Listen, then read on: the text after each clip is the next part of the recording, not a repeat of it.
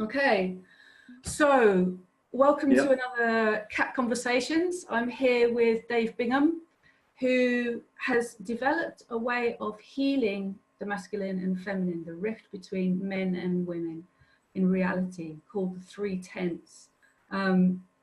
Dave, do you want to, well, first of all, say hi to everyone and then maybe riff on from there about your work, what you want to say about your work. Yeah, sure. Well, hi everyone. It's good to be here on Cat Conversations.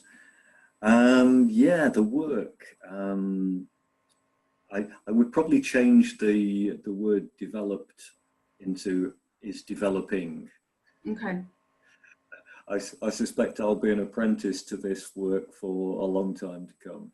But yeah, Dave has begun with his partner in crime, Madelaine Lenagh, has begun developing ways to create settings where men and women can come together and not try and bypass all the kind of pain and anguish and frustration and resentment that's bubbling under the surface in most situations, but have a safe way to work through that together so that we come to a point eventually where those things that needed to be said, needed to be witnessed, particularly by the other. You know, if I'm a man who's been hurt by women in my past, to have my story witnessed and received by women can be quite healing, and of course vice versa. You know, for a woman who's had some traumatic experience at the hands of men, to have men sit and respectfully receive and witness her story and just allow it to be, Yeah, you know, again can be very healing and very powerful. so but always trying to in there, just to ask you a question there, am I right in thinking that there's a twofold, there's two things that are simultaneously really important in this work, and one is that whoever's saying this is what happened to me says it without blame, says it powerfully, but rather than you are the cause of that.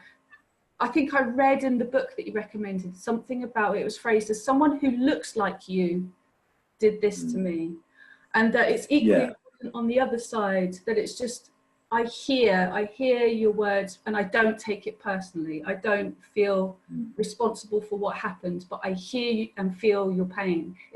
Would you say something like that is accurate? Yeah, I would, and maybe just add that human beings being the way we are,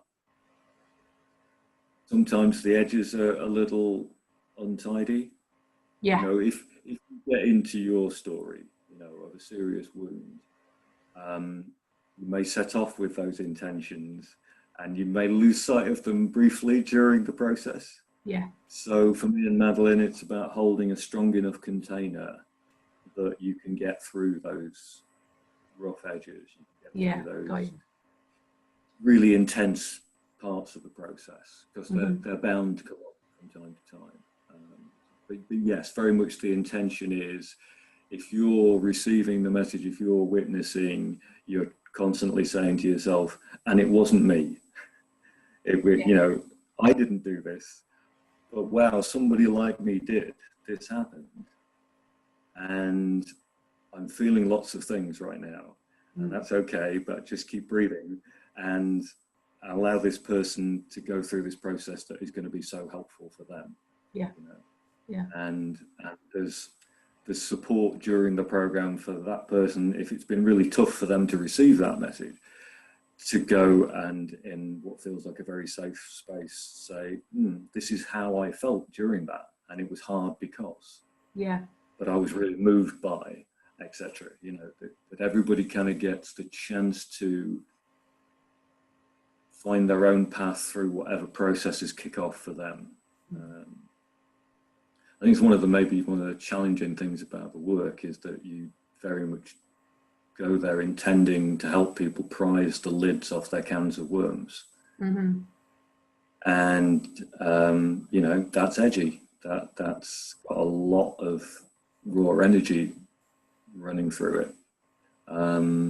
So yeah, if I wasn't experienced in and had been trained in this thing called the Way of Counsel, which is really the sort of group sharing process that we use, I wouldn't dare do it. Right.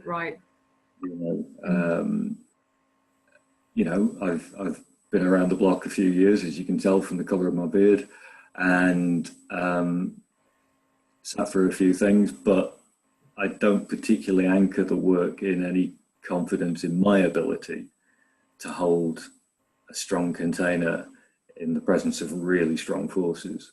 It's more about the process. Right. You know, one of the first things you learn on that path is trust the process. Yeah, it hasn't let me down yet. Okay, so maybe speak a little bit more about what that process is. I want to come in a minute to what feels to me to be the equal partner in the process, which is the honouring bit that comes at the end, as far as I understand. But maybe speak about that trust in the process and what the process is for you. So the lineage that I've learned this from calls it the Way of Counsel and traces its roots back to the Ojai Foundation in California about 40 years ago.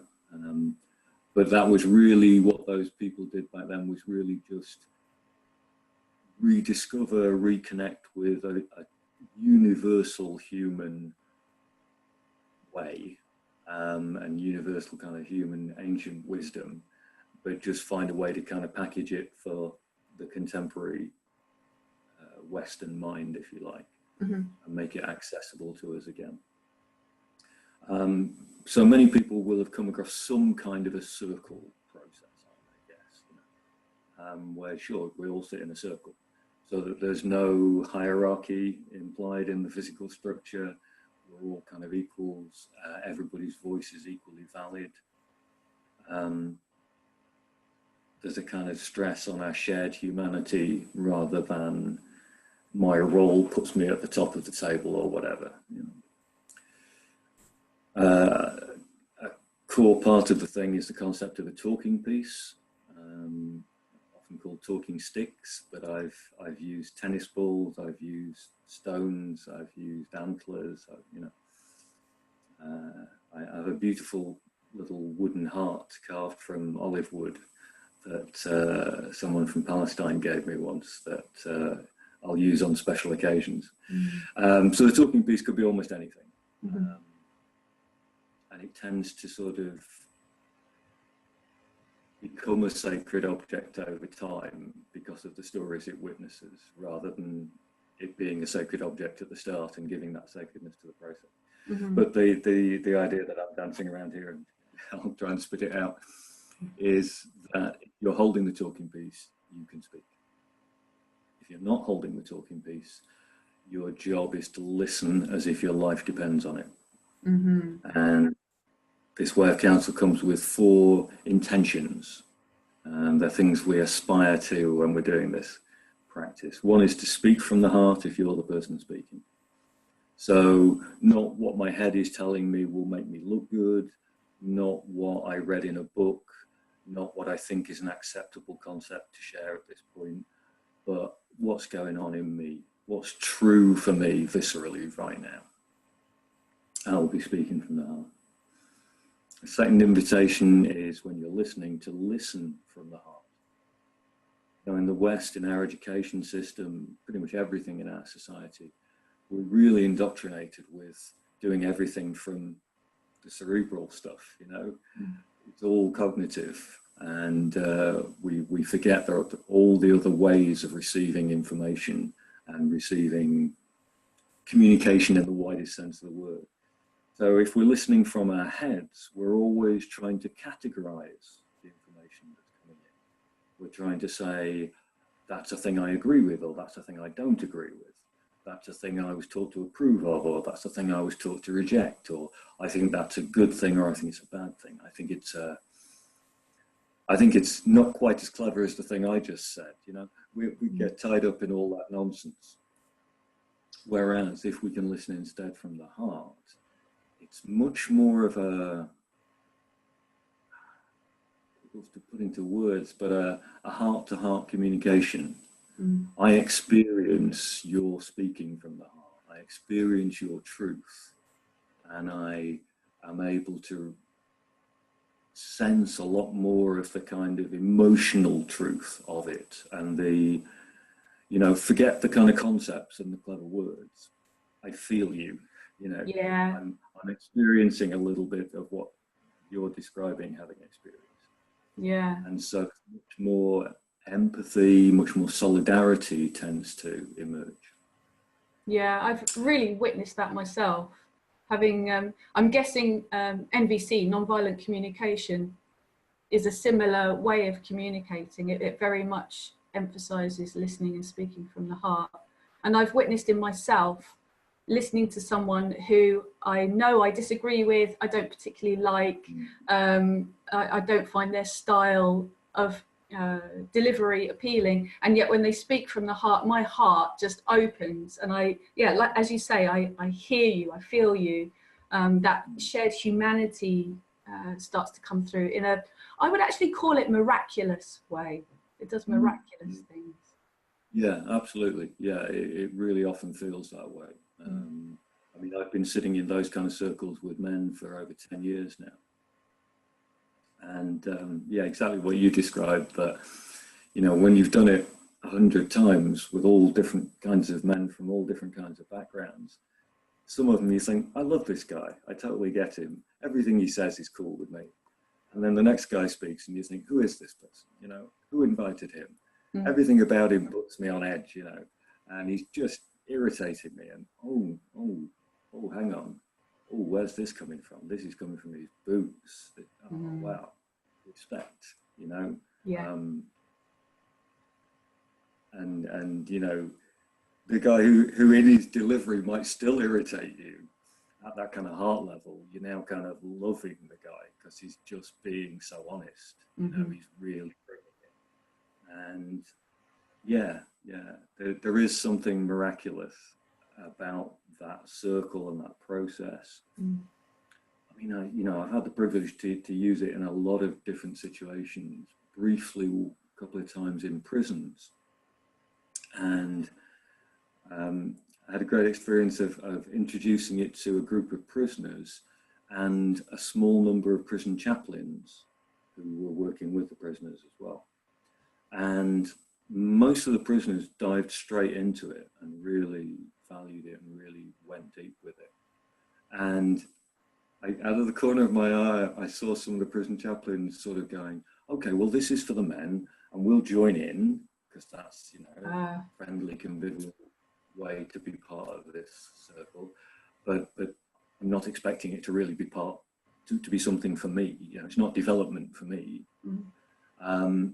And then as they found themselves speaking, you could see them, you know, you almost hear the inner monologue of, wow, I didn't expect to share that. Right. I didn't expect to go that deep.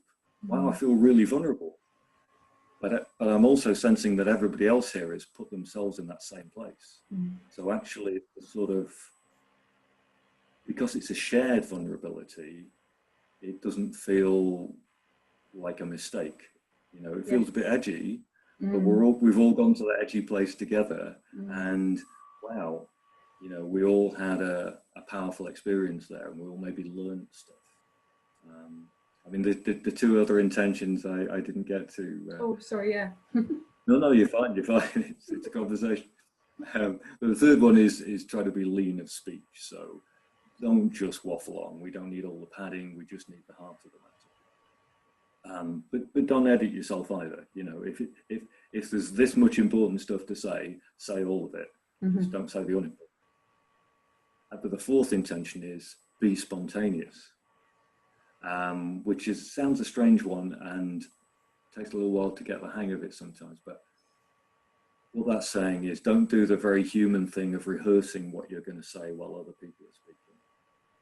Take the risk of not knowing what you're going to say until the talking piece is in your hands, because then you'll probably learn something you didn't know you knew. You'll hear yourself say something and go, oh, that's what I feel about that. Wow. Okay.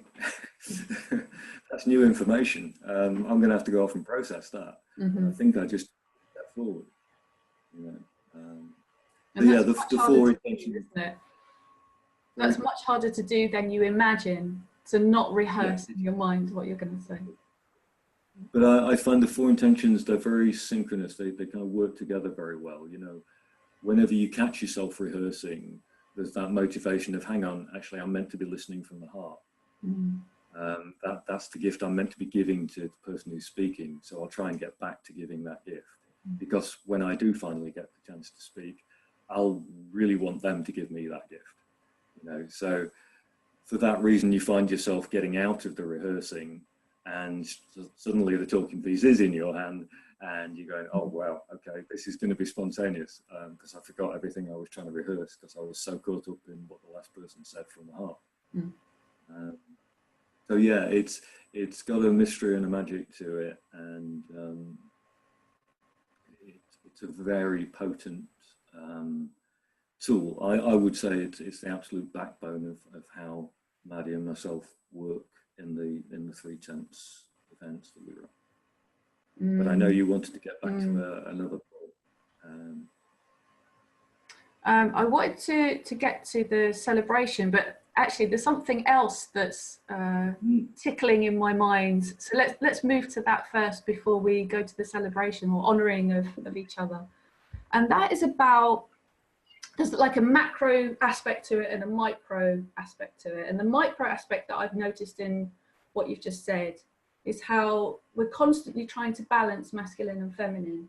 And there's a beautiful paradox in becoming as vulnerable as you do when you speak from the heart and listen from the heart, that brings a masculine, so that feminine vulnerability brings a masculine strength that can't come from any other place. It can't be papered on from the outside, it can't be forced, it can't be pretended. It has to come from that raw opening. This is who I am, this is what's really going on inside me, and from that, I feel it kind of coming up through my core. A centered strength, masculine strength comes through, that's just so beautiful. And it strikes me as something that's difficult for us to understand, that the feminine and masculine are so reliant on one another in order to get to the next stage of beauty and incredibleness about each. And on a macro scale, I see that that's a real thing at the moment, that in business, say, masculine principles are placed much higher than feminine principles. And in the work that you and I do, feminine principles are placed much higher than masculine principles, perhaps. That, you know, the ability to be raw and vulnerable. And I'm curious, I have no answers, and I almost don't even have a question, but I'm curious about how to bring that balance of masculine and feminine into the kinds of work that you and I do, so that some of those masculine attributes of, like, getting from A to B, logic, the ability to hold space. I mean, it struck me as I was listening to you that part of your role as a facilitator is to hold space. Yeah, I just wonder if anything is coming up for you around that idea of the macro and the micro. Yeah, I mean, that's all great stuff, and like you, don't have all the answers and kind of groping around for the questions. But there's something in there, is something important there. I mean, it's a hackneyed phrase these days, but it's the most accurate one I can find from my experience of this, is that it is a dance. It's a, you know, it's a complex, nuanced interplay between the two, you know, within each individual person, but also within the group and within and across the gender groups, you know, without for a moment forgetting or wanting to exclude those people for whom gender is fluid, or they're in transition from one to the other, or what, you know, whatever part of LGBTQI plus they might identify with. in our work in the three tents, we kind of say we're mostly focused at the moment on trying to help people who live either side of that border between I identify as male or I identify as female. Mm-hmm.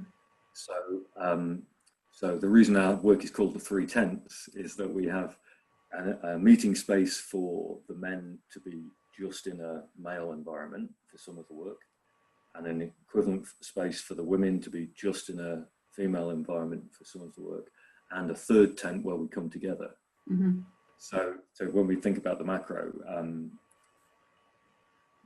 level stuff is kind of going on sometimes in the men's tent and the women's tent, and then you bring those two sets of energies together, and they have to kind of find a way to, how are we going to reconnect now, and do we need to have some conflict before we can get to something more constructive, you know? Mm-hmm. So yeah, certainly we experience all of that, and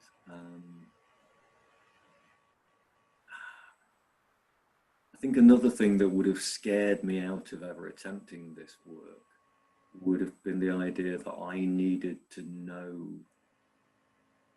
exactly where we were going on one of those programs, and I needed to know exactly how we were going to get there, and I knew what was right and what was incorrect, because that's a hell of a place to put yourself. Yeah. And most ordinary mortals like me, you know, don't have all those answers and can't consistently be in that place. So what made me feel it was okay to step into that work was the understanding I go with, which is that I'm kind of called, my vision is to facilitate those encounters, mm-hmm. and to ensure kind of basic safety, and that the setting, the ways of working are conducive to good outcomes. But then I really throw away any pre-prepared script that my cognitive mind wants to offer me about how it ought to go now. And, you know, we almost feel like we're getting a breakthrough when things start to go wrong. Mm. You know, when there's some tension, some friction, where somebody says, this really isn't working for me, I'm going to walk out. Or, you know, there's some kind of tension, some kind of dis-ease in the process, because, you know, then, okay, we're starting to touch the deeper things that matter, and we're starting to get some energy that we can work with. You know, whilst ever we're all sitting around being very polite and minding our P's and Q's and being terribly conscious not to say anything non-PC, mm-hmm. we're going to have a lovely chat, but we won't change a thing. Mm-hmm. You know? Mm-hmm. So as soon as, I mean, you know, a fairly recent example I can think of, the women's group were very connected to the issues they wanted to bring up, the things they wanted to have a serious word with menfolk about. Mm-hmm. And the men were struggling to connect with their own wounds, were struggling to find the things that they wanted to have a serious word with womankind about. Right. And so they tended to go into this default, you know, very 21st century nice guy position of, well, my job here, I guess, is to kind of sort of duck and cover, you know, go on the ropes and just sort of take a lot of punishment and not throw any punches back. Right. That would be aggressive and might re-traumatize somebody, or, you know, I'm just going to take some abuse like a good boy, say nothing, and sort of, okay, is it over now? Great, I can go home. Mm-hmm. And I've been a good man. Mm-hmm. This absolutely incensed the women, who were, you know, pretty much shouting at them by this point. Will you just turn up and be real? Right. And we've come here being authentic. We've brought our vulnerability and our rage and everything that's genuine. And we did not want your politeness in response. Mm-hmm. We want your equally real, equally authentic response, whatever it is. You know, if you want to shout back at us, shout, you know, but for goodness sake, be genuine, will you? You know? And And, you know, eventually we got to a point of breakthrough and really deep connection, which was beautiful, you know, and made it all worthwhile. But, you know, my job and Maddie's job was to kind of hold our nerve during that wrestling, that dissatisfaction, that you know, perception on many of the participants' part at that moment that the process wasn't working. Yes, yeah. And actually the process was working superbly, and what it was doing was revealing that kind of societal norms aren't working.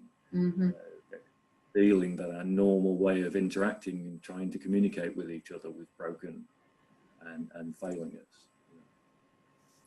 So yeah, we always seem to find that there's a tough patch to get through before it gets sufficiently real all round for these sort of magical things to happen. Well, we never know what the magical things are going to be, you know, because we don't know what each individual is going to bring, and we don't know what alchemy will go on when you mix all those individual pieces together. Yes. You know. Yeah. That's part of the kind of excitement and delight of doing the work, I think. Yes. Yeah. You think, well, okay, this is in good hands, not mine, but it's in good hands, and the process will hold. So we'll see what this turns into, you know. But it's, you put a lot of things in a cauldron and turn the heat up. And then it's bound to get messy before it sorts itself out. Yeah. I guess part of what brings that masculine-feminine balance to your work, your process in particular, is having both you and Maddie, both the masculine and the feminine, holding the space. Would you say that's an important element to it? Vital, absolutely vital. Yeah. Yeah, I'm going to confess to this. I'm going to out myself. So, you know, this vision came to me appropriately enough on a vision fast out in the middle of nowhere. In the early hours of the morning, and the messengers were some stars, and I'd spent the previous 2 weeks emptying myself and stripping myself of all the phony identities and everything, and finally got, you know, still enough to hear this subtle but life-changing kind of message about what I was here to do. And that was delivered very personally to me. And so my job then was to find ways to do that work in the world. You know, native cultures might say, give your gift away to your people. And, you know, I'd spent sort of previous 3 or 4 decades learning how to organize stuff, you know, how to project manage, how to put an event together, how to market it. And so it felt very natural when the building blocks of the idea of 3 Tenths came to me to start figuring out how that looks like a program and how you deliver it.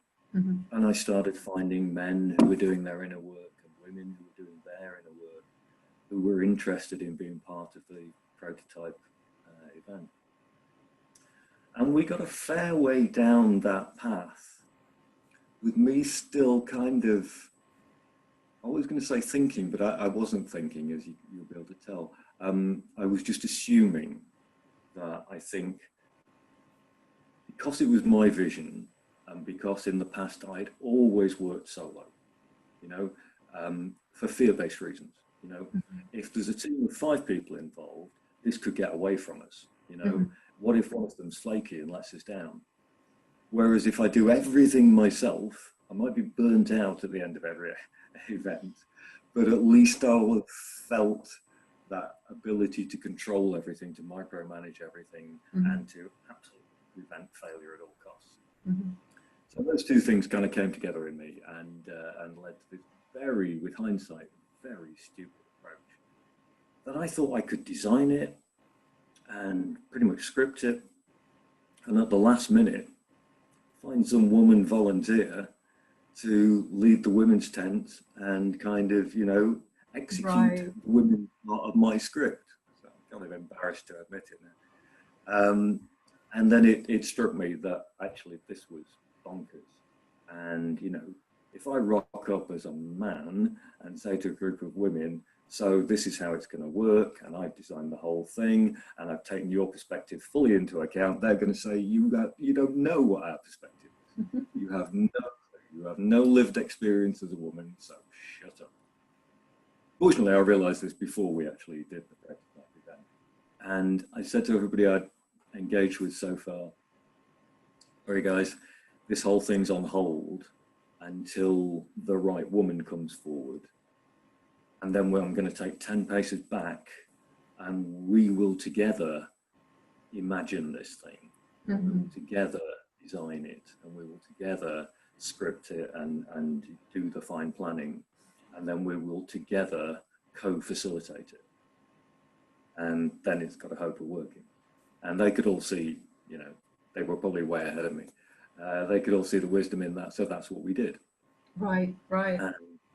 And, you know, an amazing human being, a true elder who happens to be a woman, came forward and, you know, was considering herself in retirement at that moment when I got in touch, and but was so intrigued by the idea that she very quickly said, okay, for this I will come out of retirement.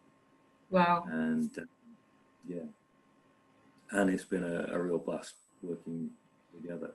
But, so you're right, absolutely. We, I guess, embody, in a sense, we kind of try to model healthy, feminine, masculine anchor positions, I suppose it might be a way to say it. You know, I sometimes talk about Maddie being the grandmother of the women's tent, and me being the grandfather of the men's tent. And then when we're together in the third tent, we sit together and jointly we're the anchor for the thing, you know. And yeah, that co-facilitation in the third tent it's another one of these slightly magical things, that we have a deep kind of understanding, shared set of values. We disagree about some stuff, but the kind of foundational things we totally agree on. Mm-hmm. And we then can ad lib side by side, which is somebody with my background, that's terrifying. Right. You know, to know that we don't know what the person next to me is going to say next. Mm-hmm. And it's going to have a profound effect on the whole event is, you know, I had to unlearn some old behaviors, you know, and it's still exhilarating, but in a really positive way. And, yes. Yeah. You know, I find myself now thinking, wow, I wouldn't ever want to sort of lead something alone again. Mm-hmm. You're missing so much. You can only bring a certain amount to it, and that ability to surprise yourself with something is really limited. Yes. Whereas, and I've had this co-leading events with other men as well, especially if they've got a really different personality, a really different style to me. It's a thrill ride the whole way through, but the outcomes are brilliant. Right. But I'll lean in and whisper in the guys that, you know, actually, I think everybody's really tired. I think we need to call it a day for today. They'll go, no. Okay. You're really feeling it. What and why? And they'll just say, no, we can't leave them here. They're at the bottom of a dip here. We can't leave them here. We need to do something physical. We need to break them out of this thing. So we'll go outside and we'll do a thing and then we'll close it. Mm-hmm. Brilliant. Yeah. And we do that, you know. And then the next morning he's going, right, so I thought we'd do this next. And I go, no, because, and he goes, genius. And, you know. Right, yeah. And that interplay is enough. Like I say, it's kind of, it's the really deep things you have to be in sync on. And then everything else is negotiable. You know, if your kind of core values are aligned, and if in the deepest sense, what you want for the people you're trying to guide is in alignment, then everything else is flexible. Yeah, yeah. It really allows for that aliveness between the two of you to manifest and be the guiding principle within the masculine structure that you've created. Yeah, I mean, I sometimes wondered how I ended up with Way of Counsel. I immediately knew that would be the number one tool in my kit bag. Kind of as soon as I got the vision, because I'd already encountered Way of Counsel in men's work. But I just knew that was going to be the bedrock. And so I guess, this part has been trying to catch up with that heart and gut knowing, and trying to sort of retrofit head understanding of why that is the right tool to use. And things that come up when I try and understand it are, I find it both masculine and feminine in the same process. That there's a strength and a kind of needed rigidity in terms of the container. Everybody wants to feel they can lean really hard on that container, and it's not going to bend, not going to break. But then within that perimeter, the emphasis is much more towards the feminine, I think, just at this really basic level of all voices count equally, and no one misses the chance to have their voice heard and fully heard. I mean, I've been in the corporate world for a long time in the past, and just those, classic meetings and the classic kind of behavior, that somebody throws out a problem, you read the body language of the woman across the table and she's got a solution, but she's not feeling she can assert that much. She opens her mouth to speak, and an overconfident person, usually a guy, talks over them with something much less helpful, and then somebody picks that up and runs with that, and you often never even get to hear that person's idea. Right. And it's probably the best solution in the room. And long before I knew I'd ever be working in this space, something led me to develop this crazy tactic of just ignoring the person speaking and focusing so 100% on the person who should be speaking but isn't, that after a while everybody wants to know what I'm staring at and starts to trail off in what they're saying and stare in the direction I'm staring. And it sort of somehow handed the baton to this person, and they got the chance to speak sometimes. Right. 100%. So yeah, there's something about Maddie and I being able to be the kind of connecting points for the polarities. So if a guy is really struggling with what we're doing and wants to retreat into what feels like a safe men-only space and kind of connect with one of the facilitators and say, you understand, don't you? Hey? You get this, don't you, that I'm struggling with? And I can say, yeah, totally do. And also, what about this other idea? And Maddie can do that in the women's tent. And then when we're all together in the third tent, we might, and it'll be totally spontaneous in the moment, but we might well swap those roles in the third tent. Right. That suddenly be Maddie who's saying, and let's not forget that from a male perspective, this thing you've just said is probably going to land like this. It might well be heard as you saying this. Now, I know you're not saying that, but, be aware. And the guy's going, wow, she gets it. Not just David gets it, she gets it, Or I'll, play that part. And, but just spontaneously, because we feel safe enough. Yeah. Safe in the process, but also safe in partnering with each other. Yeah. That that I know that she will challenge me sometimes. She'll correct me sometimes if I have missed something, if I have lost the plot, and she'll take it if I offer that back to her. But ultimately, she's kind of got my back, and I guess more importantly than that, she's got the back of all the participants. Yeah. Yeah. You know what I mean? Yeah. Which is the line for both of us. Yeah. Yeah. Wow. Reminds me of my rock climbing days. Of your rock climbing days. Ah, okay. A long time ago, I used to be a climber. Right. And you know, you usually climb in pairs, roped up, and one of you is moving, and the other one is static and connected to something solid, and is holding the rope that you're on the sharp end of, and then you swap. And, you know, the other person takes the lead, and you're the anchored one, keeping them safe. And you really quickly get to know in your gut who you feel safe with and who feels flaky, and you try not to climb with the flaky people. Right. Yeah. Yeah.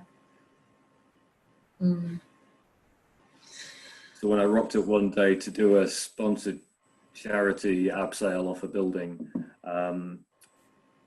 you know, I had too much knowledge in my own head about how ropes should be attached and knots and that kind of stuff, to just be a good punter and clip on and do exactly what they told me, until I saw that it was the RAF mountain rescue team who were doing the top roping and the safety. Right. And then I just went, oh, okay, if it's those guys, I don't need to check any of these belays. I don't need to second guess them. I'll just clip on and jump over the edge, you know. Got you. Yeah. Yeah. Hang on just a tick. I think. Sure. I think that might have been my front door. Let me just go and check. Yeah. Okay. Okay.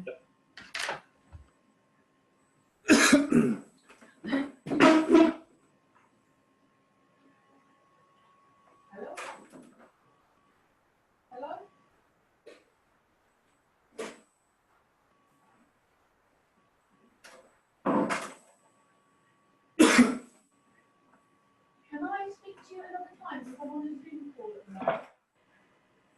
Cool, thank you. Bye-bye.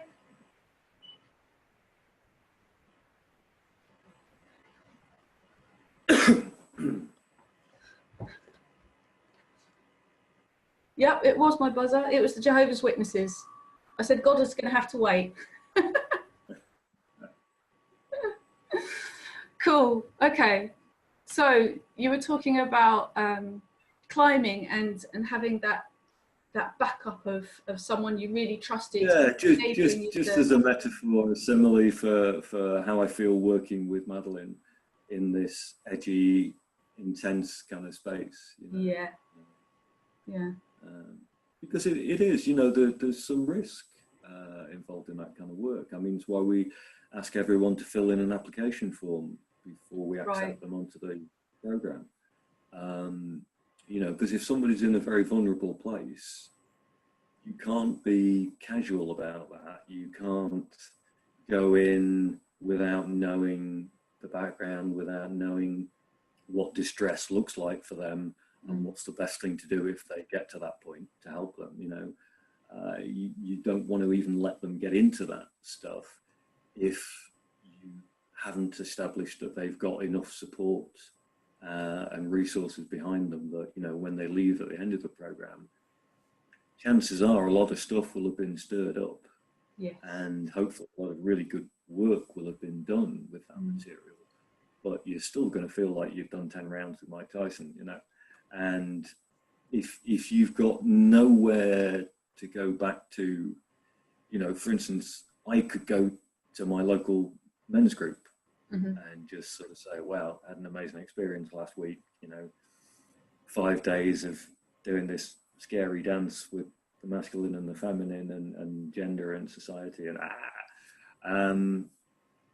and you know, this is how I felt about it, and I can have that received and held and not fixed, no helpful advice, no suggestion, just received in solidarity kind of thing. And you know, maybe a woman participant might have a red tent group to go back to or something equivalent, or just people who've got a good network of friends or, you know, if they're working through some heavy stuff, they're already in therapy. You know, we just like to kind of ask those questions so that we know whether or not people have got sufficient support to do this kind of challenging work safely. Yeah. So the last thing you want to do is have somebody vulnerable turn up, you help them prise the lid off the can of worms, and then with some things still not resolved, because there's a limit to what you can do in a few days, you know, just send them back to no support at all. You know, that would be irresponsible. So we're very aware of that one. Cool. So a very, very solid, loving container. Yeah, I think it has to be. It has to be. Before I understood properly what I was here for, I spent about 5 years doing wilderness retreats. Right. With groups.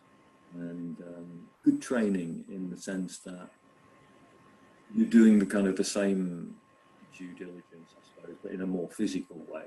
You want to know people's health and medical conditions, and what medicines are you on, and, you know, can you fast for 40 hours safely? Are you going to be able to get halfway up that mountain and find a good campsite without keeling over and having a heart attack or whatever it might be, you know? But the 5 years of that was good training of what to think about, how to ask the questions so that you get the honest answer. I once had a retired GP forget to mention on their health form that they were having heart problems. Whoa. And we had to get them to hospital halfway through the solo time. Blimey. So you know, you have to find good ways of asking the questions so that you don't get the answer they think you want. Right, yeah. Fact-based. Yeah, actually get the answer. Okay, so maybe it's time to turn to this other element in the process, because I guess there's an emphasis at the moment culturally on doing the Me Too kind of thing. You know, this is what I've experienced at the hands of the opposite sex. But I think one of the things that I really loved about your description of the process was that it ended with a mutual celebration, and it felt like, correct me if I'm wrong, a call for the other to enter into this game of life and really be present, really be active, really bring their gifts to the table. Is that a good place for me to stop talking and you take on from there? Okay, yep, I'll try and run with that. Yeah. I had some terrific guides take me on that Vision Fast journey that I went on a few years ago. And, you know, they can only take you so far. They can only take you up to the edge of your 4 days and 4 nights solo time. And then it's just you and the cosmos. But yeah, they brought a lot of skill and love and experience to the preparation process, but also the reincorporation process when you come back in after your solo. And so some of the wisdom I got from them was, think of this as a bundle of really precious things, and carry it carefully and unfold it carefully and gradually, because you don't want to sort of have one of these gems drop out and you not notice. And kind of expect this to take years to fully unfold and for you to fully understand what it is you've been called to. So kind of also don't sit on your hands for years, right? Yeah. Waiting for total understanding to arrive before you do anything. So again, it's a bit of a dance between the two, but kind of you understand it at this initial basic level, great. Go and start looking for delivery systems, ways of giving that gift away that honor the original kind of vision. But never kid yourself that you know everything about it, you know, because you'll still be having parts of it revealed to you years down the road.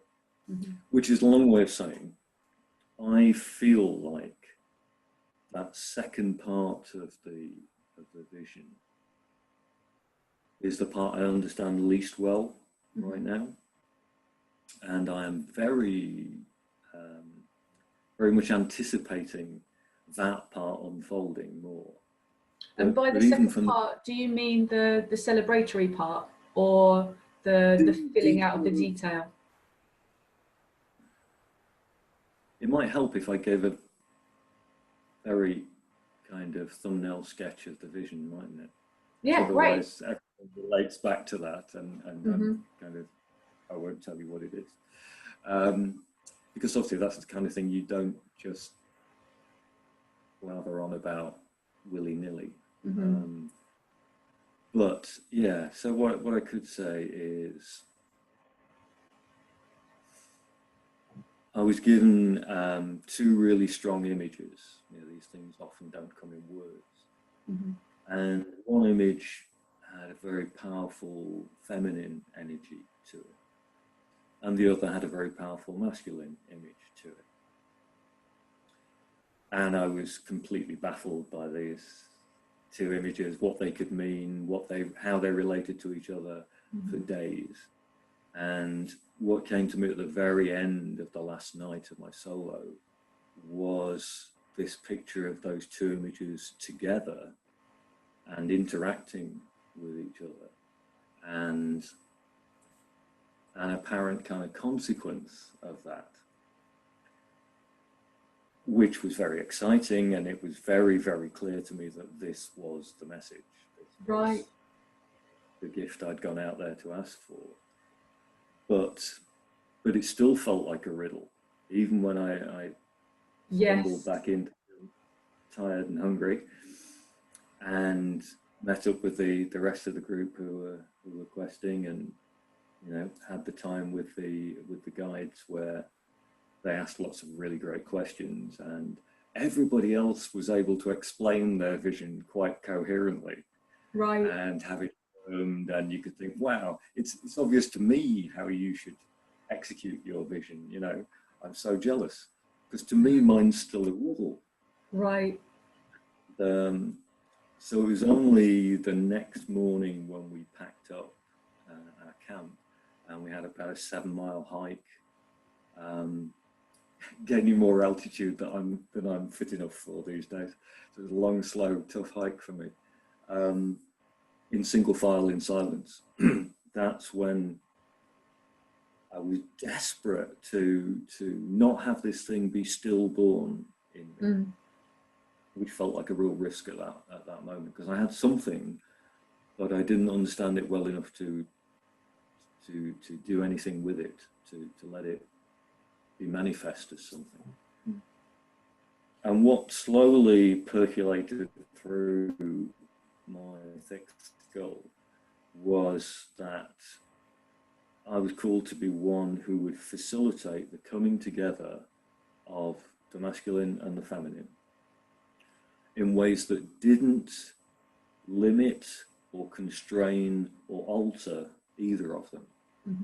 Very powerful message that this wasn't about putting masculine and feminine ideas in a blender and coming out with a lovely homogeneous bush that couldn't offend anybody.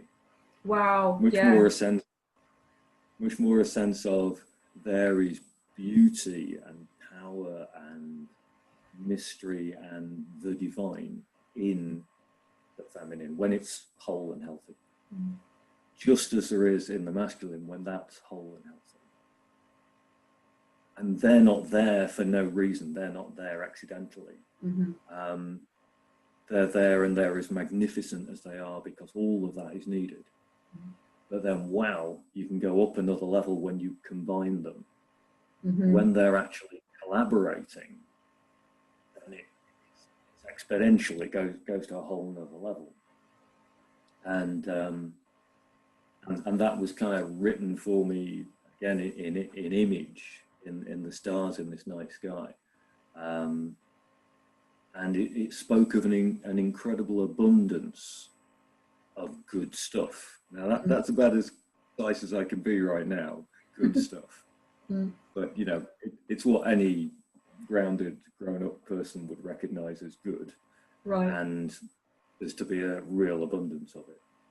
So what I find myself doing now when I try and manifest this vision, when I try and do this work,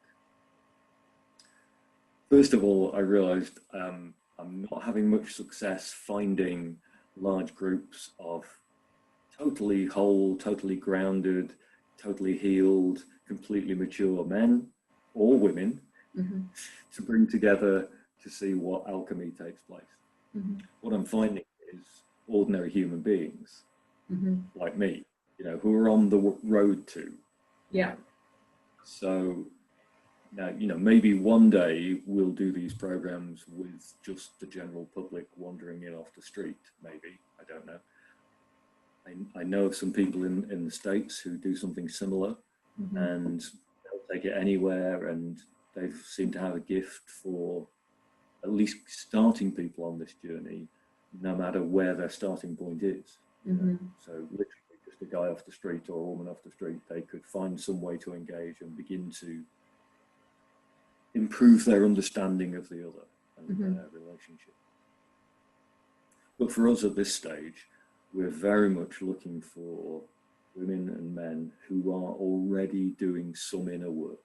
You know, they've got some circle process that they're involved in regularly, or whatever it might be. There's something where they're used to looking inside. They're used to questioning their assumptions. They're hoping to be tomorrow a bit more than they are today. So finding communities of people who match that description, men and women, and then bringing them together is where we're at today. Right. That, you know, that feels like it ticks the box for safety.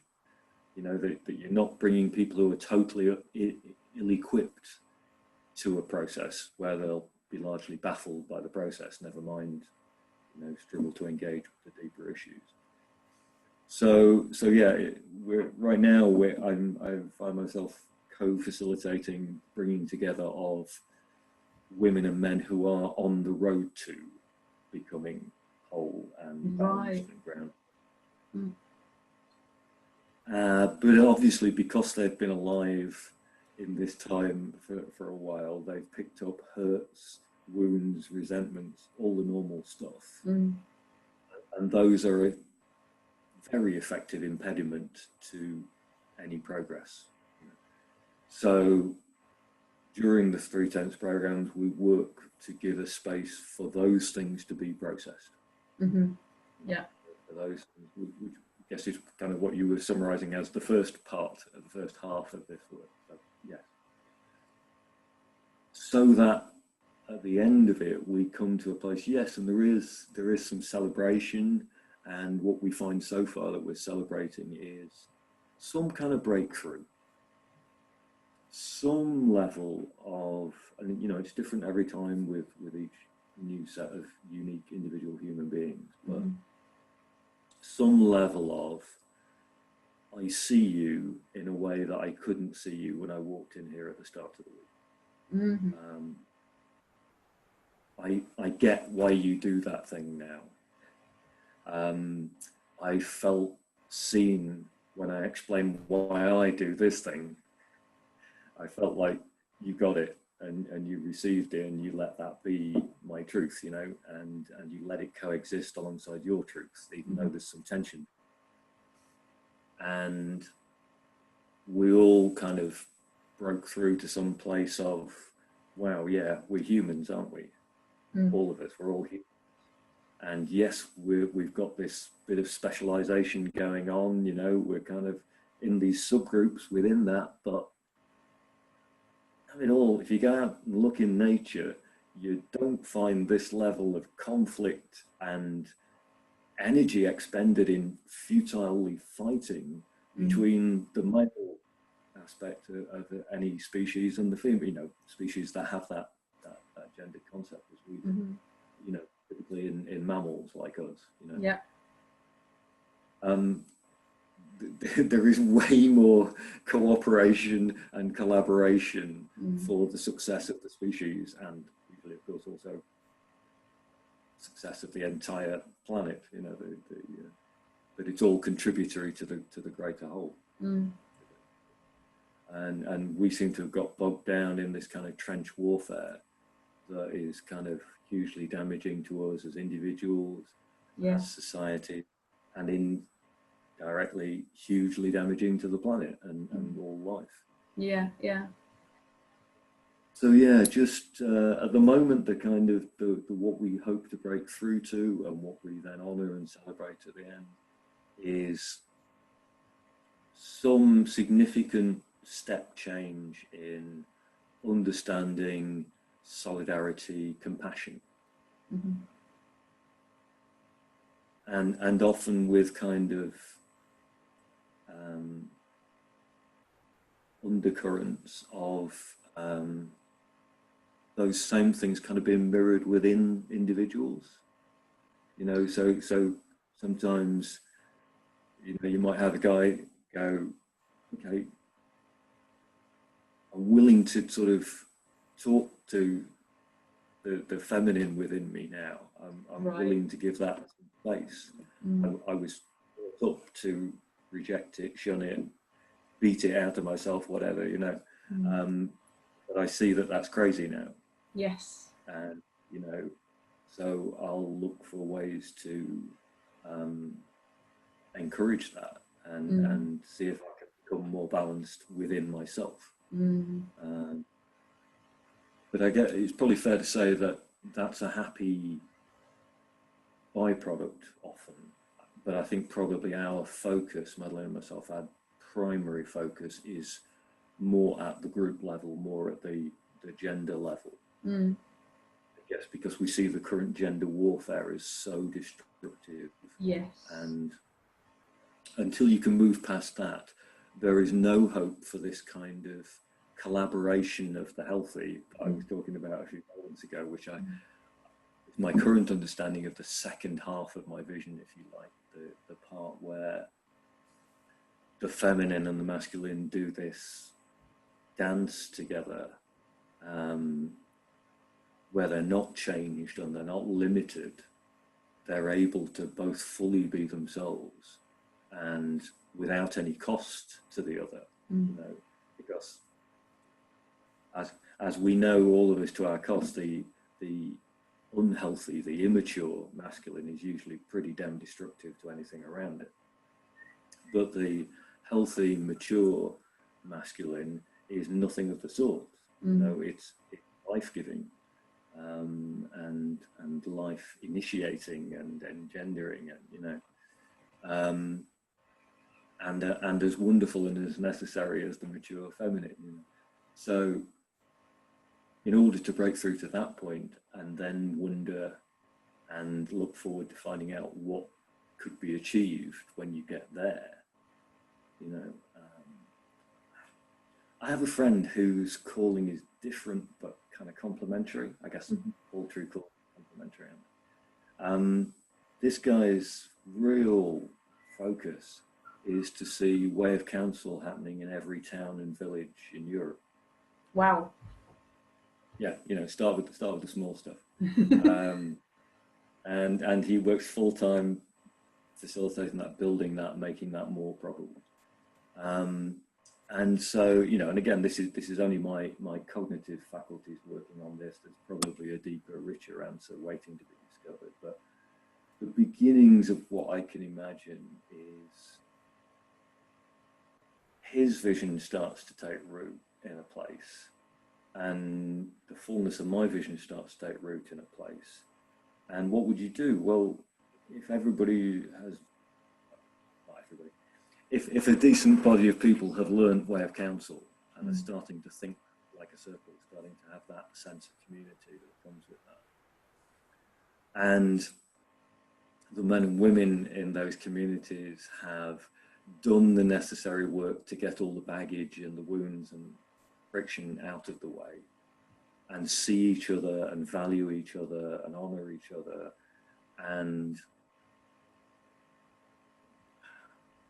want to be part of something bigger that brings all their gifts alongside all the gifts of the other, then you might have, I don't know, town councils entirely of the people, you know, utterly grassroots up,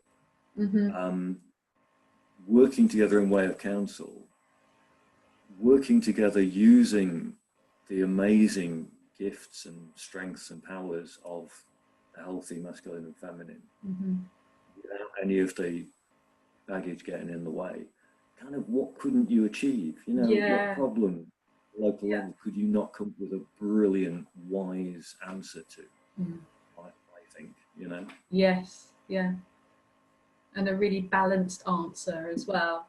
Yeah. And way of implementing it. Yes, exactly. If you've got time for me to run with this, yeah, go for it. Brief story from yesterday, because it's kind of really, I guess, really current for me. Okay, so the background to yesterday, I guess, is I'm currently working through post-traumatic stress disorder. Because 2.5 years ago, my grown-up son had a 2-week period where his life was hanging by a thread. And the way that unfolded was just horrendous for all his family, because we were constantly being told, yeah, it's fine now, he's going to be great. And then the next moment, he's at death's door again, you know.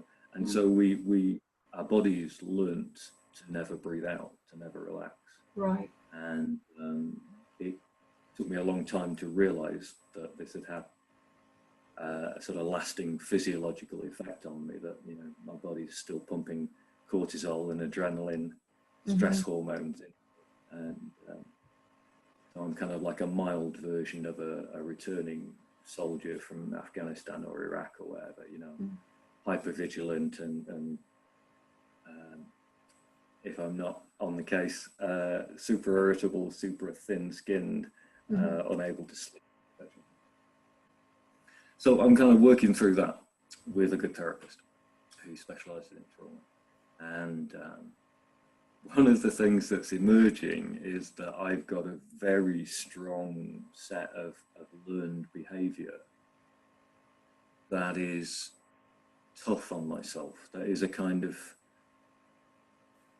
well, I won't say it's a kind of bad version of a masculine approach. It's certainly an unbalanced version. You know, it's probably a slightly distorted but very unbalanced approach, you know, which is that it's always about that kind of rigid, brittle strength. Not the flexible kind of take the blow, bend, but then come back kind of more feminine flavour of strength, if I can put it that way. And those messages I acquired in childhood, and they go really deep. And so to come into this period now when I can't do lots of things I used to be able to do, I can't be competent right now in ways that I have built a reputation on, you know. That I'm making mistakes I would never have made. I'm overlooking things. I'm making, you know.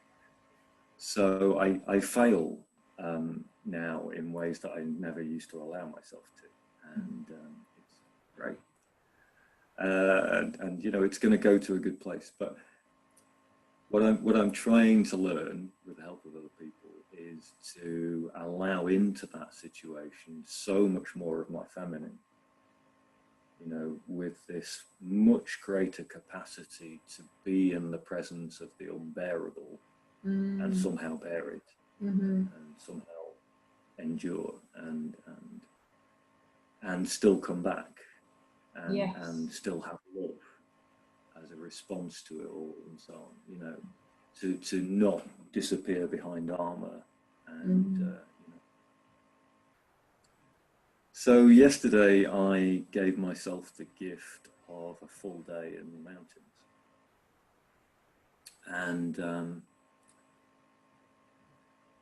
with hindsight, I can see that I set off with really unclear intentions or conflicting intentions. So one was very much to be out there, to not have objectives and deadlines and achievements. I won't be on this summit by lunchtime, you know, just to lose myself out there somewhere wild and be open to what it might want to say to me, or be open to any kind of healing or nourishment that I might be able to kind of pick up by osmosis. You know, very much the kind of thing where you just find yourself sitting by a waterfall and then you'd realize, hey, it's going dark, maybe I should go home. Right. You know, so that's one way it could have gone. But what took over in me is my old school masculine, linear, task-based, achievement-based thing. Because I knew, because I'd looked at all the maps and that kind of stuff, that if I walked for about 4 hours, I might get to this amazing lake that's really high up and surrounded by mountains on all sides, and it's proper wild and remote. Wow. And a place that for some time now I've been hoping to get the chance to go and do some wild camping there, you know, be there alone for a few days. And I couldn't, that won out, you know. So I found myself striding at a decent pace and going past lots of beautiful, wonderful places where I might have received all kinds of stuff and where I could have just been. So I was doing instead of being, you know. But having pushed through and spent all 4 hours just getting there, I was rewarded with this amazingly beautiful and special feeling place that, you know, feels like it and I have a kind of particular personal connection, that it's a special place that I will return to over and over again. And so I spent an hour just being there and just kind of marveling in it and soaking it up and kind of running around like a kid, exploring it and delighting in it and thinking, wow, I absolutely am going to come back and camp here.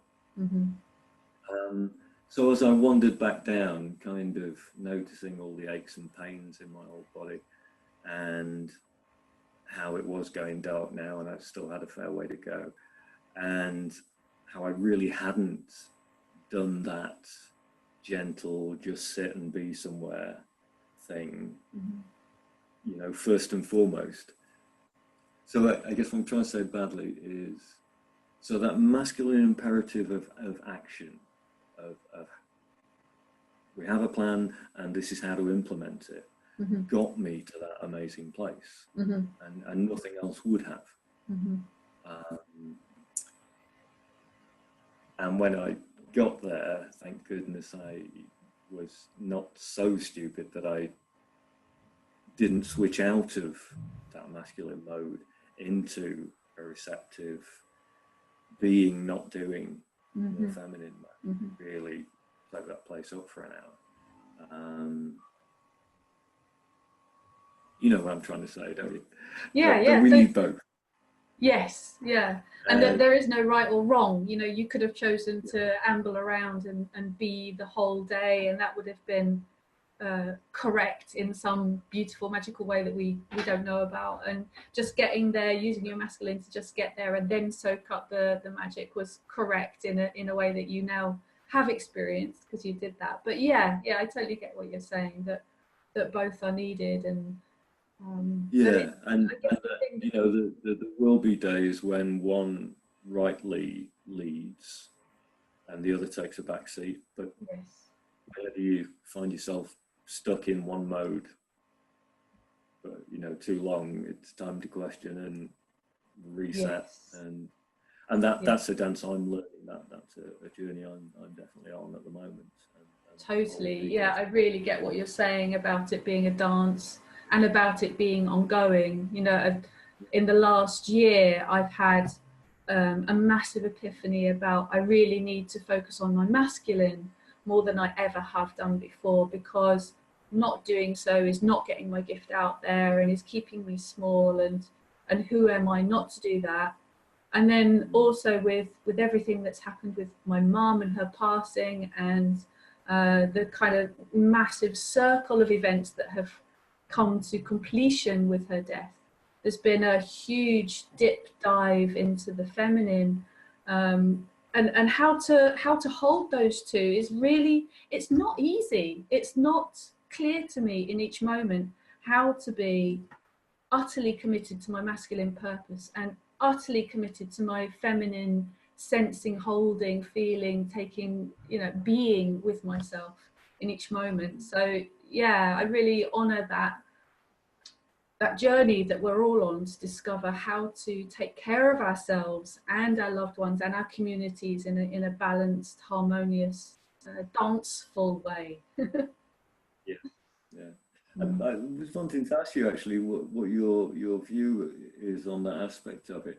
Do you think most people, at least most of the time, would tend towards one slightly more than the other? You know, that we're always kind of trying to grow towards balance, but or do you see everybody kind of should be? I know we don't like oughts and shoulds, but the goal would be to try and get to utter balance in any given moment, or I guess utter balance. Do each of us have a tendency or a slight preponderance of one over the other?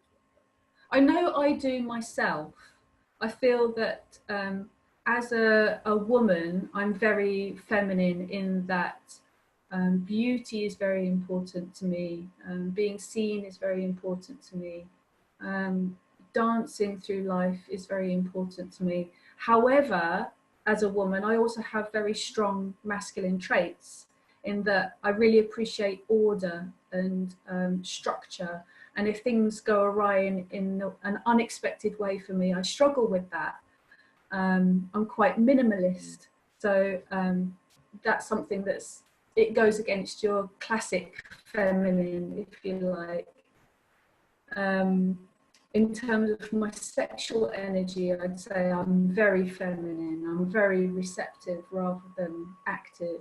And I see that in most people, that there's the vast majority of people, there's a leaning to one side or the other, but that the opposite brings that uniqueness in them that makes them just a unique divine being, holding this balance of masculine and feminine and exploring how that expresses itself in the world. And I guess hypothetically, if we as individuals had this perfect balance all the time, it kind of would be that grey mush you were talking about that's neither masculine nor feminine. Danger, isn't it? Yeah. It could almost be a paralysis if there was too much of an emphasis on not going to one polarity or the other. It's almost more about knowing when the right moment is to go to that polarity, and then always heading back towards the centre when that need has passed. It's a bit like being a kid on a swing. Like if you were in perfect balance the whole time, you'd just be like sat in the middle and it'd be boring, right? So you swing to one side and the other, and that swing, I guess, can be either mature and promoting integrity and love and compassion, let's say, or it could be a really a swing that is detrimental to the self and to loved ones and community. So that's, I guess, what we've seen historically more in, distorted controlling masculine, distorted deceiving feminine, and it's kind of escalated to quite an exciting place, and now we've got the opportunity, as we learn more and integrate more and mature more, to swing from mature masculine clarity and mature feminine intuition and having that dance instead, like doing a good tango rather than a destructive tango. Yeah, absolutely. Yeah. I just, something came to mind. I guess partly through doing the Vision Quest work and other things that I did with some American guides a few years ago. Inevitably, you kind of come up, you rub shoulders sometimes with Native American, Indian traditions and customs and practices, and there's this whole thing of the guides having to be really careful, you know, wanting to be really respectful and not appropriate stuff, but rather to kind of learn enough about those practices that have been unbroken for millennia, and therefore have that kind of authenticity and wisdom in them, understand the universal principles in them, and then find a kind of white Western way of doing that same thing, you know, of tapping into the same wisdom and achieving the same results, but in a, you know, like one of my main teachers, Bill Plotkin, is, you know, 100% underworld guide, 100% spiritual guy, and 100% depth psychologist. You know, so he's got a really strong scientific background as well, and you know, so he's kind of seen what's in some of those other cultures,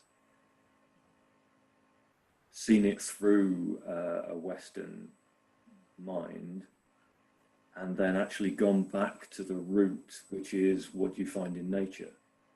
Right. You know, because that's actually the original kind of source of both expressions of that. So it's effectively the same wisdom, and you're not appropriating because that's the model for every human.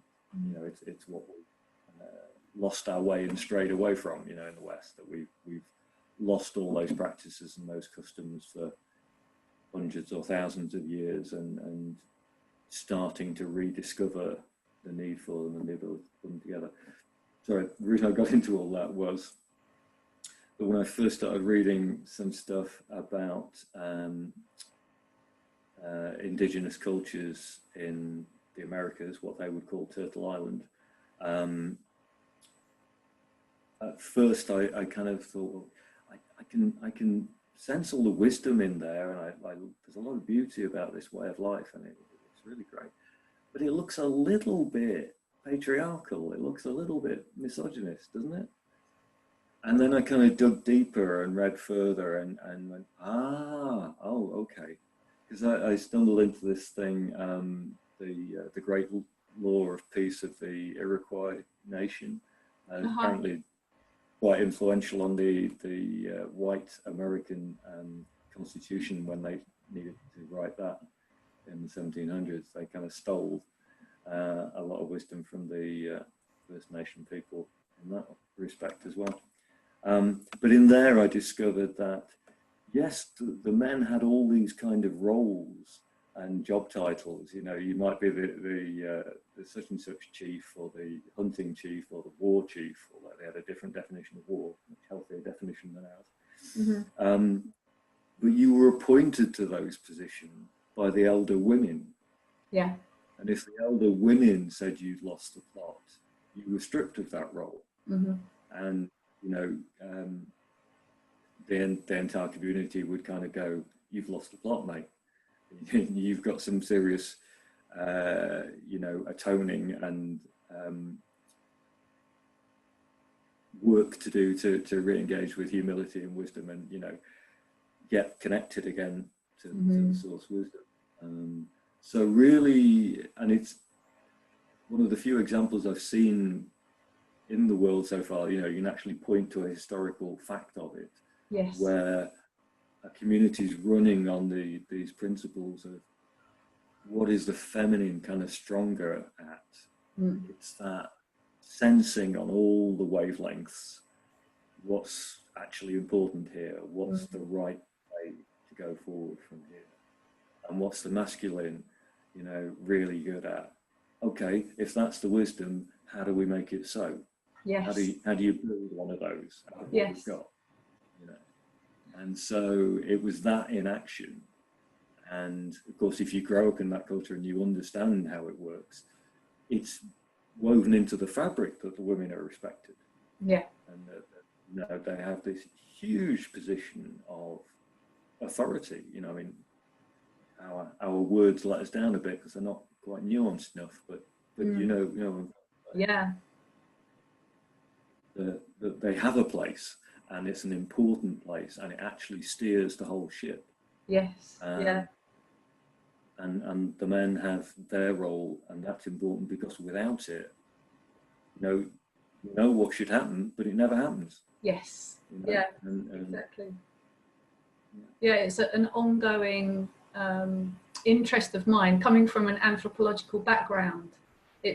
I'm really curious about what can we bring forward to the present day of that wisdom, and what is there that we can never go back to, that, you know, we've evolved and created new systems and structures or technology like the internet, and so therefore we're going to need some sort of blend that's never happened before. And like, one of my musings the other day was like, maybe women should be in things like religion and politics, because they're both systems that are looking at the bigger picture and saying, oh, this is where I think we should be going. This is my connection to divine inspiration. And the men should be let's do away with that word, but would be better suited to making sure all those things happen.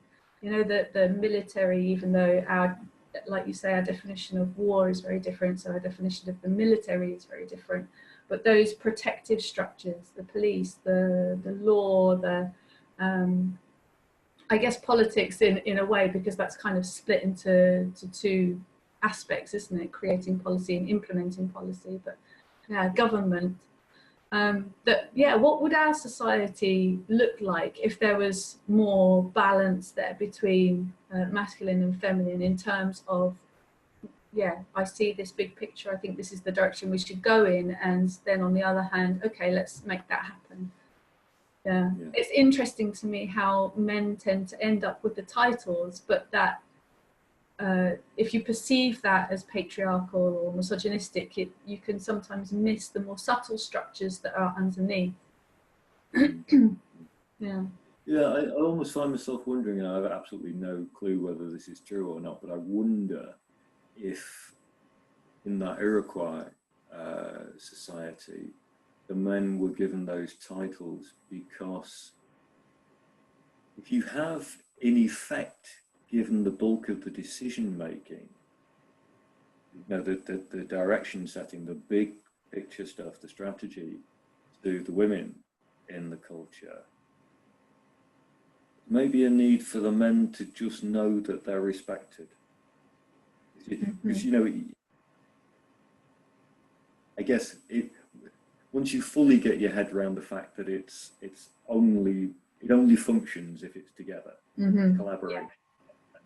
You know, any sense of ranking one above another is probably meaningless, because take the other one away, and no matter how high you rank this one, it's not sustainable. Yeah. But you know,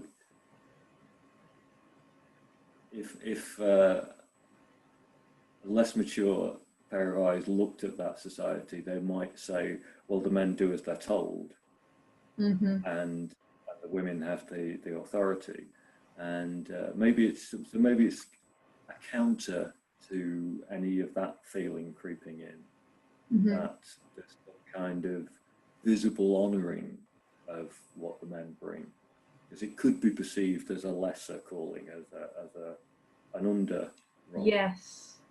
Yeah. I have a good friend in the men's work who talks a lot about these kind of gender issues, but I find almost universally uses the language, the divine feminine and the sacred masculine.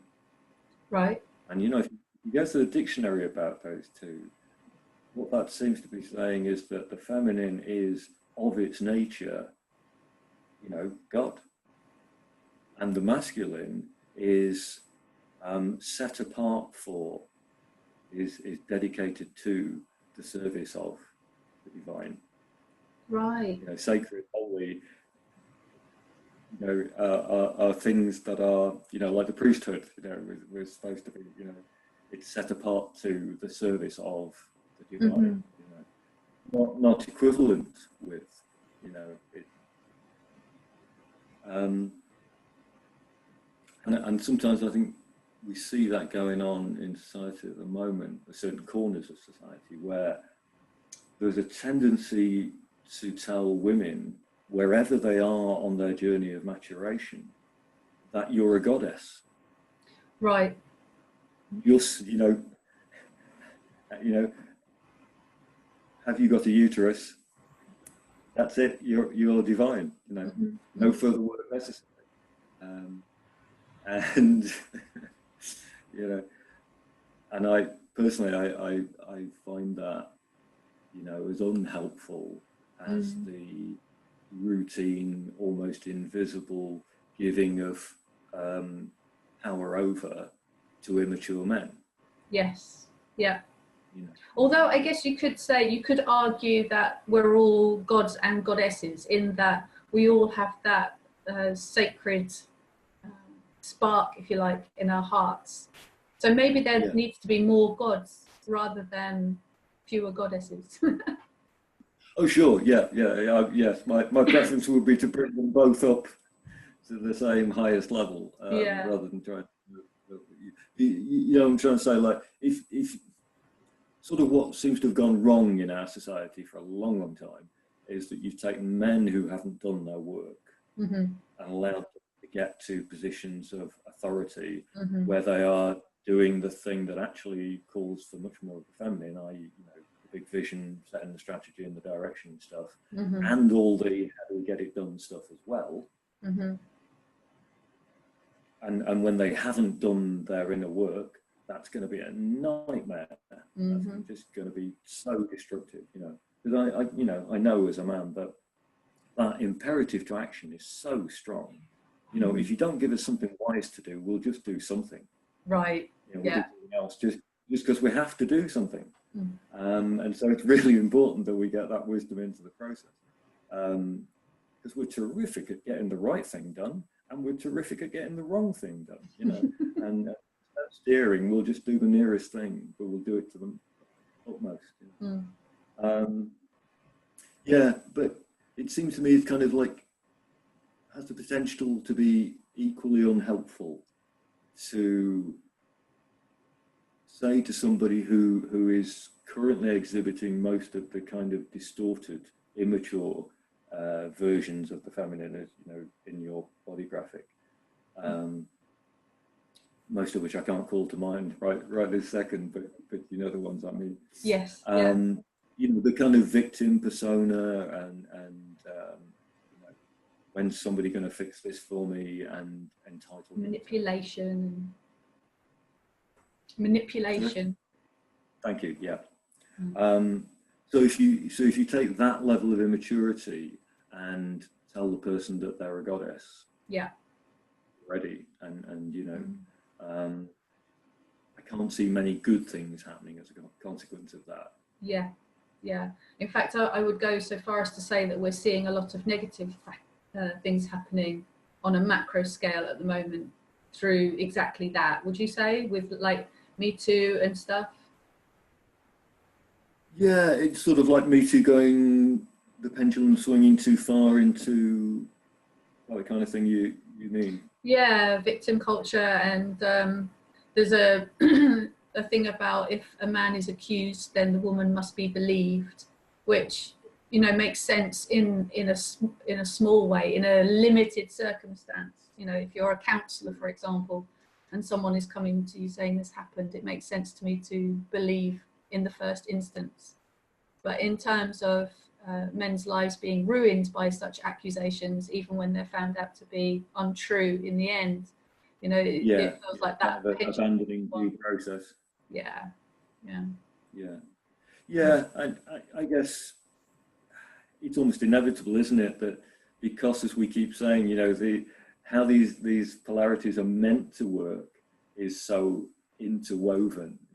It's all about collaboration, when you've got immature versions of both interacting, you know, not surprisingly, the outcomes are pretty depressing. Yeah, it's going to go very wrong. I guess one of the things I find frustrating is that the voice of the immature masculine and feminine is just so much louder and takes over so easily, it seems to me, from the mature masculine and feminine. You know, when those people are all in the same space, and I guess we see that in social media as well. However, just to offer the counterbalance to that as well, I also see a real hunger in the world and in our young people and in social media for something that's more balanced, more nuanced, more integrity filled. So yeah, that's really exciting. Yes, yeah. Yeah, I like you. I find some of the younger generations give me hope. You know, when Greta Thunberg goes on strike over the climate crisis, you know, and ends up speaking at what's it called? UN. Yeah, but also the gathering of the great and good, Davos. Right. The World Economic Forum, you know, which is, journalists often use the shorthand, the meeting of the great and good, and I would really take issue with that description. Yeah. Yeah. You know, the meeting of the kind of toxic 1%, maybe, but and you know, she stands up there, age 15, and just reads them such a perfect riot act, and you know, without ranting, without kind of losing a thread, or you know, just the maturity of her, and the absolutely call it out, you know, nail the lies, the deceit, the delusion, all that stuff, and just absolutely name it, and sort of then deliver this kind of knockout blow of, I'm not waiting for anything from you. Yes. I've seen you long enough to know that you are going to bring nothing to the party. You know, don't reassure me because you'll be lying. Don't, you know, compliment me on, you know, because that's meaningless. Just, only thing I want you to do is panic like I'm panicking, you know, because it's that serious. And if you can't do that, and whether you do or whether you don't, we'll just do it anyway, because it's that or death, you know. So kind of, you may well find a bunch of 15-year-olds solving all this in spite of, you know, and you may kind of wake up one morning and find yourselves utterly irrelevant. Yes. Yeah. But at least I warned you. I love that. Yeah, you know, of new systems and structures kind of coming up from underneath, which is very much what you're talking about in terms of your work and your friend's work who's doing the council work side by side. That yeah, it does feel like there's enthusiasm and people putting into action these new systems and structures that are just kind of bubbling up from underneath, and then at some point, yeah, all the irrelevance or the structures that are there at the moment will become irrelevant and like dinosaurs just keel over and poof. Yeah. Live in hope. I think it's inevitable. That's what I see happening in the patterns at the moment. So yeah, I think it is just a matter of time. And you know, the 15-year-olds who are coming up and saying, you know, that's enough now, and putting into practice. Have you heard about this other kid? I'm not sure how old this kid is, who went out into the middle of the ocean and actually saw the islands of plastic and saw manta rays and how they move through the water, and was like, oh, I think I could invent something that would sort this out, and then just kind of did. Yeah. Incredible. Yeah. Absolutely incredible. So yeah. Crowdfunding to build a prototype, and and then made it 10 times bigger or whatever, and so yeah, a fifth of the plastic gone in 5 years or something. I don't know. Yeah. Phenomenal. Yeah, and you know, who knows if we'll turn it around in time, but at least people are starting to do magnificent things like that, you know, that, because you know, sometimes when I'm sitting out in the hills and I'm watching, you know, like I was yesterday, wild goats do their wild goat thing, and birds do their thing, and the river's doing its thing, and the stone's doing its thing, and the sky's doing its thing. And you kind of think, well, what are we meant to bring to the party? What is the party lacking because we're not bringing it at the moment? And you know, I don't think we have the answer to that. I've got a few starters for 10, but just, I can't help thinking that if we ever do hit our stride, or hit our stride again, I have a feeling we were maybe pretty fabulous when we were hunter-gatherers. But if we hit our stride now, we could be amazing, and you know, not better amazing, not different amazing to all the others, but just finally take our place alongside the whales and the wolves and the foals. And, you know, because there's nothing else in creation, is there, that's naff, you know? And you know, so how could we be? You know, we seem to temporarily lost our minds, but if we ever get them back, that's a superb question. Yeah, it's kind of what keeps me going. You know, when the news is just depressing. Yeah, I met a guy, a real elder, over in California when I was training in the Way of Counsel. And he said he was part of the community over there back in the 70s. And the community were putting a set of writings together. And he was asked to look into the whole kind of pollution, beginnings of climate change, understanding that whole area, sort of research that and write something about that. And I got the sense that, you know, the committee were imagining that his writings, like all the other pieces that were being written by other people, would be kind of, you know, analytical about the problems and the issues and the causes, and then suggesting solutions that were creative and in line with nature and so on. So ultimately quite positive, you know. And he actually had this completely opposite experience, that the more he delved into it, the more he despaired.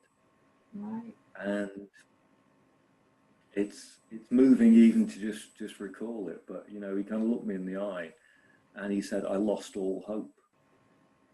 And he knew that he meant it. He really lost all hope. And, you know, the room kind of went quiet. And after a minute, he said, so people ask me why I carry on. And he said, my answer is for the beauty. I get up every morning and go out there in the world again for the beauty. Wow. So yeah, you know, and there's still so much of that out there, even after all the stuff that we've trashed. There's still, you know, amazing beauty and complexity and interdependence. Just, you know, we haven't even begun to understand it yet.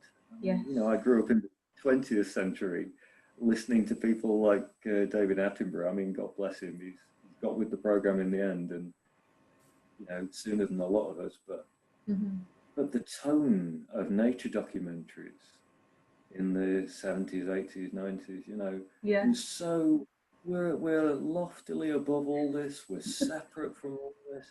We understand it fully. Oh boy, you know. I read a book by a German forestry guy called Peter Wollenbaum, something like that. Secret Life of Trees, or The Hidden Life of Trees. And it's just a breathtaking book, kind of inspired by his personal journey of 35 years in the forestry industry, going from looking at a bunch of trees and seeing money, and working with chainsaws and, you know, huge scary machines and stuff, to having a deep respect for trees and love of them, Right. And working with handsaws and horses and stuff, and letting the forest be almost entirely self-determining. Right. And discovering that it's way more productive that way than when he managed it. You know, Right. all his smarts. But there's wonderful stuff in there about trees being social. Yes. And communicating and feeding each other when they're sick, and because they're all connected underground through a separate species, through fungi. Mm-hmm. They're called the mycelium, you know, and the tree roots connect to the mycelium, which is like, you know, the wood wide web, and Nice. and then that goes across the forest and connects to the other trees' roots, and they're sending messages and sending food and all kinds of stuff, you know. And you just think, wow, we thought we understood trees a long time ago. We thought they were dead simple, dead stupid. They were just lumber sitting there waiting to be used. And if we hadn't got the faintest idea about trees, and if trees are collaborative and, you know, on a different time scale to us, they live in slow motion compared to us. Mm-hmm. It's like we live in slow motion compared to shrews and small birds. But you know, that's, once you get your head around that, they're doing so many other things we do, but doing them well, you know. And so, not entirely sure what my point is, but maybe it's something like nature still gives me hope. And, Yes. And if we could ever hit our stride again, we might be as magnificent as all those other expressions of the planet. Yeah. If we could somehow bring our missing ingredient, what would the whole be then? I would love to see that. Yeah. Yep, I'd settle for my granddaughter seeing it. Yes. Settle for that. Yeah. Totally. Yeah, it feels like a very pivotal time at the moment, doesn't it? It's either make or break in the next generation or whatever. Yeah. Immense times.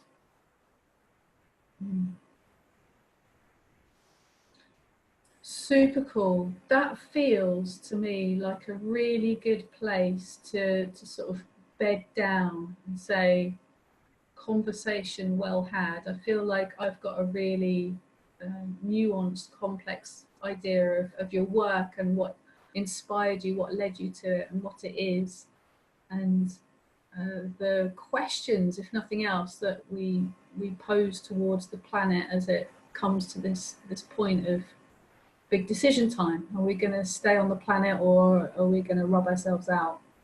So is there anything in closing that you'd like to put out there? Well, like you, I'm kind of feeling that sense of completion, and that this is a good place, you know, as you say, conversation well had. The only thing that just came up in me as you were speaking then was just noticing that, at this pivotal time, when there's all this planetary scale stuff going on and needed, you know, my vision could look irrelevant. And, you know, there were times in the early days when I was getting to grips with it where I kind of wanted to say to mystery with a capital M, I wanted to sort of say, really? That's what you want me to do? Right. I kind of didn't see that coming, if I'm honest. And, you know, could I not, you know, I've worked in the corporate world for decades. Could I not kind of, you know, try and stage a coup there and switch off the engines of destruction, you know? And the answer was, oh, no, you've been given your vision, just go do it. Right, you know? right. And so I've had to kind of, you know, take that humility pill and go, well, you know, that tree just grows towards the light. That vole runs about in the grass doing voley things, you know? And only humans get above ourselves so much. You know, we start thinking, yes, but over millennia, maybe I could change the whole of everything. Yeah. Look at you, you're barely 6 feet tall. You know, I sometimes You know, I imagine the mountains looking down at me and kind of going, actually, if I blinked, I'd have missed you. I don't mean your visit here today. I mean your entire lifespan. Yeah. If I blinked, you know, because I'm geological time. I've been here 40 million years, and I'm a youngster amongst the mountains. So yeah, your entire lifespan and all this stuff you're trying to imbue with planetary scale meaning, you know, have a look in the mirror. Not that important, you know, in that individual sense. You know? So yeah, but having taken the humility pill and accepted that the point is for me to do my work and you to do your work, friends to do their work, and you know, and if there are enough of us, it reaches tipping point and something good happens. So you know, what I see in my vision when I compare it to the climate crisis is maybe there's something essential about the masculine and the feminine in, you know, fairly healthy forms, as good as we can muster in the time, collaborating in that I don't need to change you, I don't need to neuter you to feel safe around you. I can let you be magnificently you while you allow me to be magnificently me, and together we can do this awesome stuff, whatever it is. You know, maybe that's necessary as one piece of the jigsaw of, you know, what Joanna Macy calls the great turning. You know, I absolutely believe so. I believe that at the moment there's an expression of unhealthy masculine and feminine battling against each other, expressed as, you know, unhealthy feminine is this is happening. If you're not part of the solution, you're part of the problem.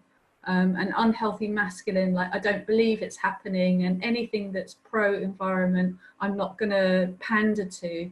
And, you know, you've just got these two rocks bashing their heads against each other. And yet, I was speaking to Kylie Steadman. I also did a cat conversation with Kylie Steadman, so check her out if you feel so inspired, because she's incredible. But unfortunately, not in a cat conversation. She was saying, I've got to the point where I actually don't care about the argument of whether this climate change is man-made or not. The point is we need to fix it. So let's just get on and do that. And I'm like, hell yeah. So yeah, I think this masculine and feminine work is vital, that there is an overarching view that we need to have about how we want the world to be and how we want our place to be in that, you know, that guardianship type role, that we have absolutely no idea what that will look like once we've got beyond, you know, people starving and the world dying and the end of war. You know, once those big three things are sorted, what the hell are we going to do? You know, how are we going to be? We don't really know. But I've lost my thread there. I think there was a balance on the masculine side that I can't remember I was going to bring up, but hey. I know what you say. Yeah, that work's needed. Yes, it's very much needed. Yeah, vital, I would say. I remember a few years ago thinking, oh, we're pretty much there, you know, almost sorted. And then the whole world, it seemed, went with Trump and Brexit and climate. And yeah, so yeah, it feels utterly vital now in a way that maybe exploding the corporate world from the inside, maybe there's no need to do that. Maybe it'll do it itself. Yeah, that might just become one of those irrelevances that just sort of drifts to the edge and falls off, and, you know, yeah, or it's somebody else's job to do that. Yeah, yeah. Or it will have an injection of the feminine and come into some sort of dynamic balance. Yeah. Who knows? Yes, thinking about it, you know, even though I might hope that I'm veering towards the mature masculine, I'm still mostly on the masculine side. So if it's an environment toxic because it's out of balance, in that it's, you know, it's all masculine and usually immature, adding more masculine is probably not as helpful as I used to imagine. Right, yeah. As you say, if a grown-up woman showed up, they could have considerably more positive effect, I think. Because of the rebalancing aspect. Yeah. Amazing. maybe let's finish by just telling people where they can find you. Cool. Yeah. So the website for the work is the3tenths.org. So the is a word, 3 is a number, tenths is a word, and then .org on the end, and that will find us. And more about the vision and more about the work and more about Maddie, without whom it would not be possible. And yeah, when we're next doing something. Great stuff. And we'll put those links underneath as well so people can find you easily. Thank you. Great stuff. Dave, thank you so much for having this chat with me. Oh, thank you. I thoroughly enjoyed it, and it's been great.